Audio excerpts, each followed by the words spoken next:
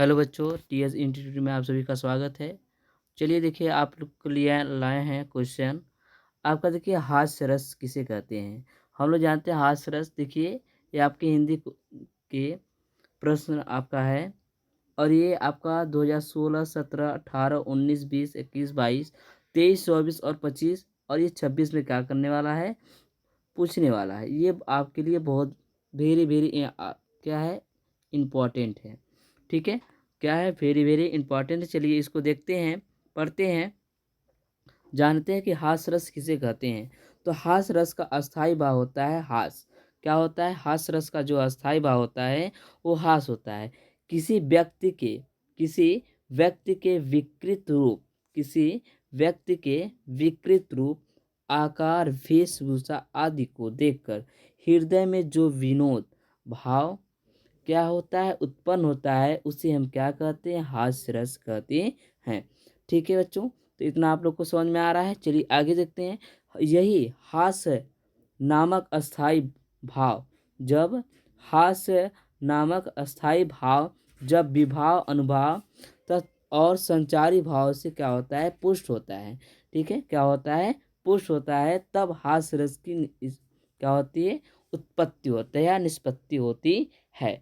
ठीक है, आप लोग को समझ में आया। देखिए, आपके बोर्ड परीक्षा में पूछने वाला है, जो आपका 18 तारीख का पेपर है, ये आपका क्या करता है, हास्य रस पूछता है। ठीक है, आगे देखिए क्या कर रहा है, फिर से एक बार देखते हैं। ठीक है, हास्य रस। हास्य रस देखिए बच्चों, क्या किसे कहते हैं। तो हास्य रस का जो अस्थाई भाव होता है, क्या होता है, वो हास होता है।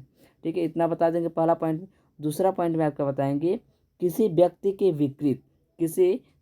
के विकृत रूप, आकार, वेशभूषा आदि को देखकर हृदय में जो विनोद भाव उत्पन्न होता है, उसे हास रस कहते हैं या कहलाता है। यही हास नामक अस्थाई भाव जब विभाव, अनुभाव और संचारी भाव में पुष्ट होता है, तब हास रस की क्या होती है, निष्पत्ति होती है। ठीक है, आपका देखिए फॉर एग्जाम्पल है। ठीक है, आगे देखते हैं, एग्जाम्पल है, विद्ध के वासी उदासु तपो व्रतिधारी महा नारी दुखारे। ठीक है, विद्ध के वासी उदासी तपो व्रतिधारी महाविनु नारी दुखारे। ठीक है, फिर उसके बाद दूसरा लाइन है, गौतम तीय तरी गौतम तीय तरी तुलसी सो कथा सुनी, भय मुनि वृंद सुखारे। ठीक है, उसके बाद आपका तीसरा लाइन है, वे है शीला सब चंद्रमुखी, पर से पंद मंजूल कंज तिहारी। उसके बाद आपका है, किन्नी भली रघुनायक अंजू, करुणा करी कानन को पंगु धारे। ठीक है, ये आपका क्या है, हास्य रस का उदाहरण है। ठीक है, आप लोग क्या करिएगा, इसे याद करके चले जाइएगा और आपको क्या कर देगा, एग्जामिनर आपको अच्छे नंबर देकर चला जाएगा। ठीक है, आगे देखिए क्या कह रहा है। आगे है आपका, विंध्याचल पर्वत पर रहने वाले।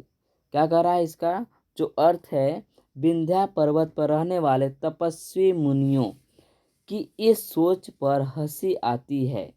क्या आती है, हंसी आती है कि श्री राम के चरण स्पर्श से यहाँ की सभी शिलाएं अब चंद्रमुखी नारियां बन जाएगी। ये आपका क्या है, आपका अर्थ है। ठीक है, अभी जो बोले हैं, आपको हिंदी में जो बोला गया है, ये आपका क्या है, अर्थ है। ठीक है, अब स्पष्टीकरण करते हैं।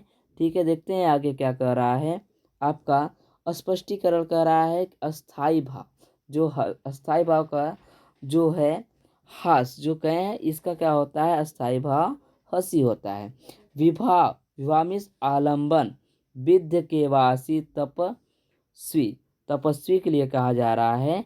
ठीक है, आगे देखिए क्या कह रहा है।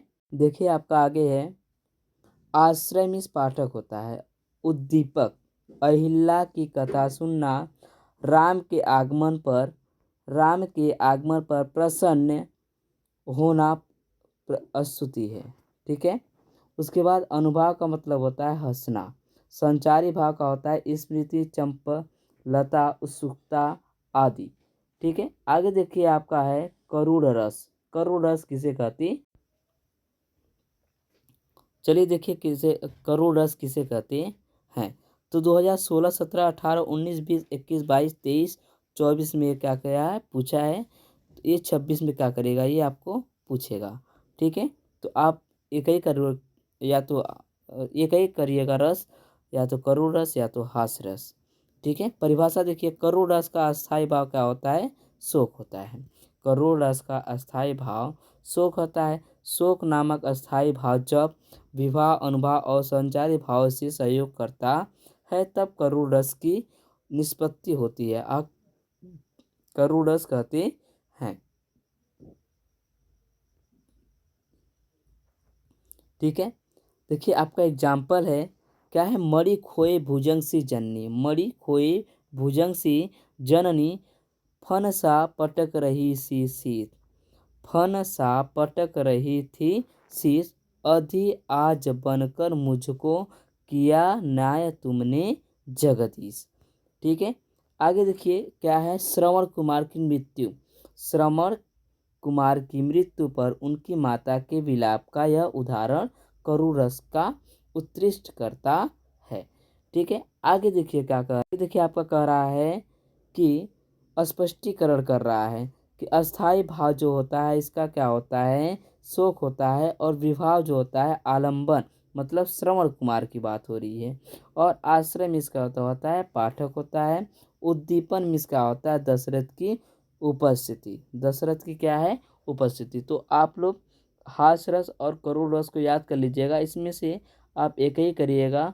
ठीक है, तो ये वेरी वेरी इंपॉर्टेंट है, उसको आप लोग याद करके जाइएगा। ठीक है, ये बोर्ड एग्ज़ाम के लिए बहुत इंपॉर्टेंट होने वाला है।